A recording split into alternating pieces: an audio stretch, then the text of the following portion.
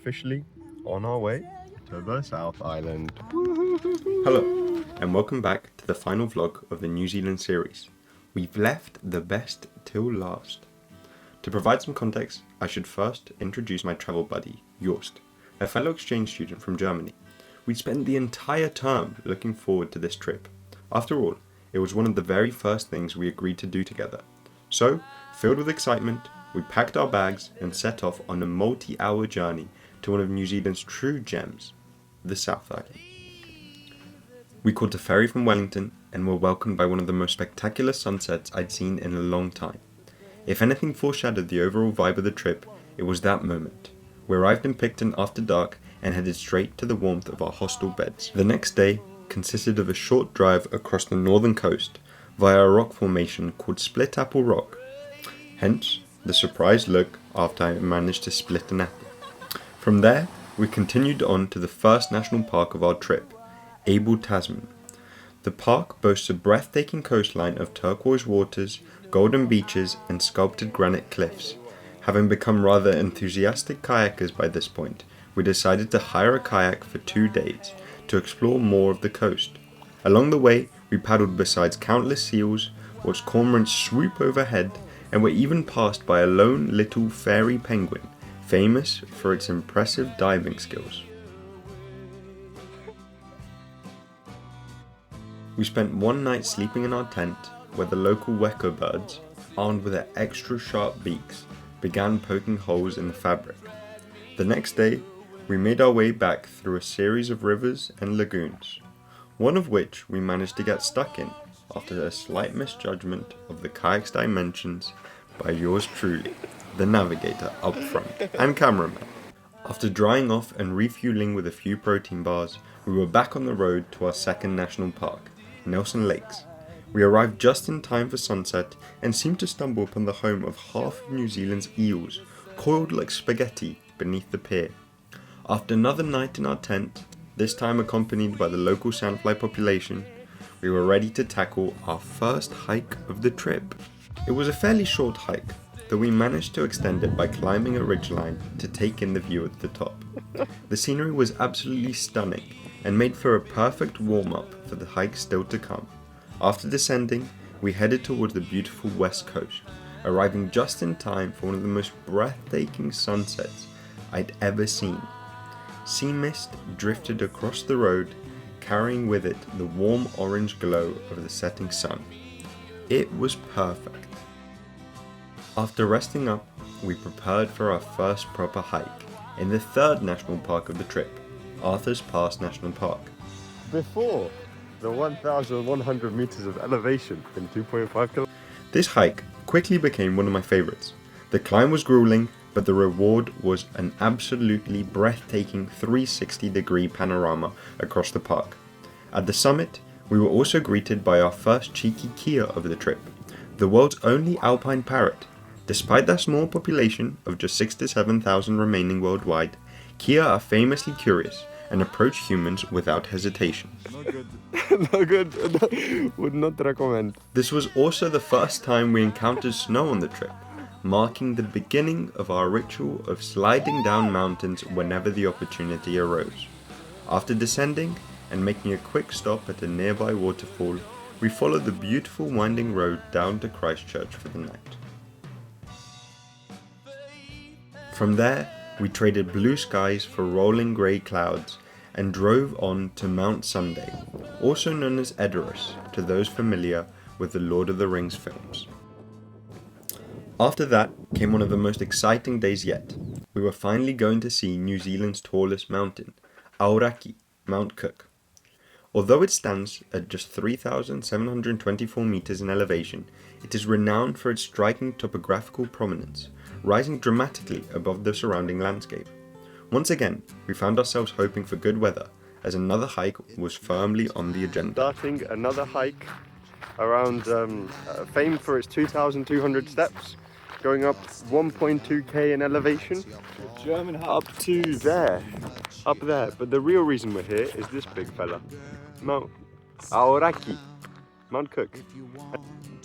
This hike tested our leg days at the Auckland gym, of which there weren't actually too many.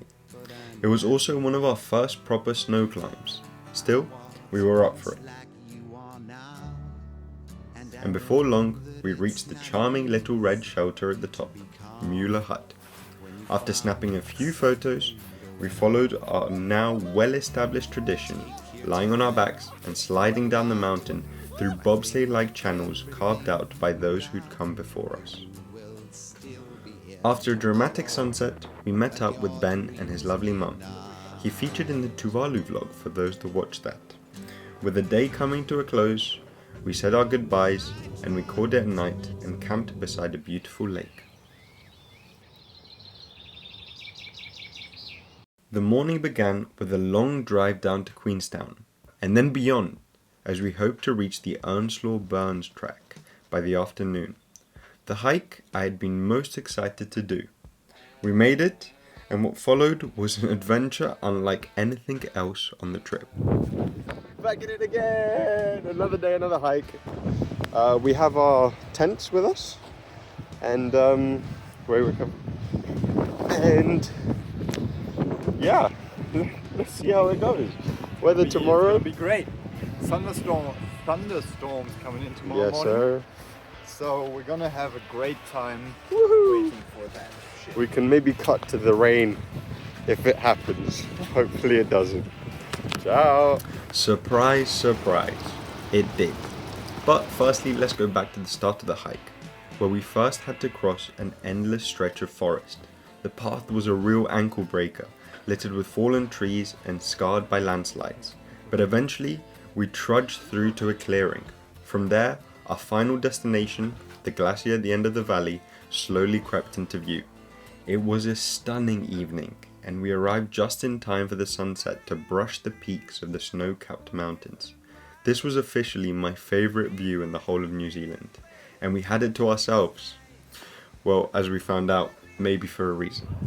We have officially Made it. so scripted.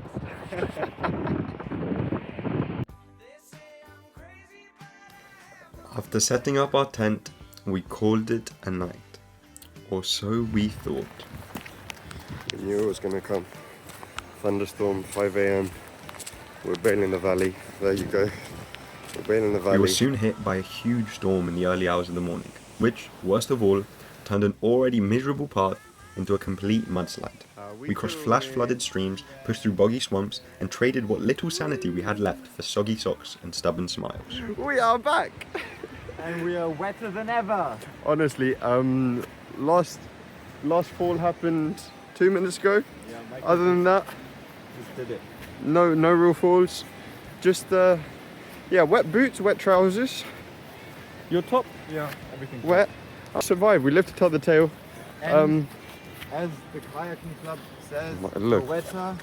The better. All right, we're gonna get dry. That evening, we treated ourselves to an Airbnb in Queenstown before setting off early the next day for one of New Zealand's most spectacular corners, Milford Sound. Often described as the country's most famous fjord, it's a breathtaking natural wonder, though its name is actually a misnomer, as it was carved by glaciers rather than a river, a fact enthusiastically echoed off the valley wards by countless visiting tour guides and tourists alike. Milford Sound itself was breathtaking, but the drive-in deserves just as much attention. It was one of the most spectacular roads we travelled on during the trip. As if on cue, we were stopped by our old friends, the Kia, who this time decided to land on the roof of our moving car. Naturally, we pulled over to confront our freeloading passenger. After some brief deliberation, he hopped off and we continued on to our campsite for the night. The next day involved a long drive back up towards Lake Wanaka, but we still had a surprise waiting for us along the way in Queenstown, New Zealand's largest bungee jump. I can honestly say it was an unmatched feeling. Jost and I were both grinning from ear to ear afterwards. Once our nerves had finally settled, we continued on to another national park, Mount Aspiring, where we hiked up to Roy's Glacier one kind of grey day, and then tackled the infamous Roy's Peak for sunrise. We now have to do a 3-hour sunrise hike in about an hour and a half. I'm very happy, as you can tell. Yeah, we got plenty of sleep. Very, very happy. I'll show you the view from the top. Almost there. It's getting really pretty. I must say, it's a bit of a slog.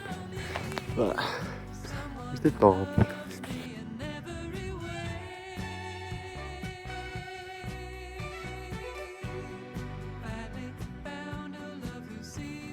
The view was absolutely stunning. It was the perfect last hike in New Zealand.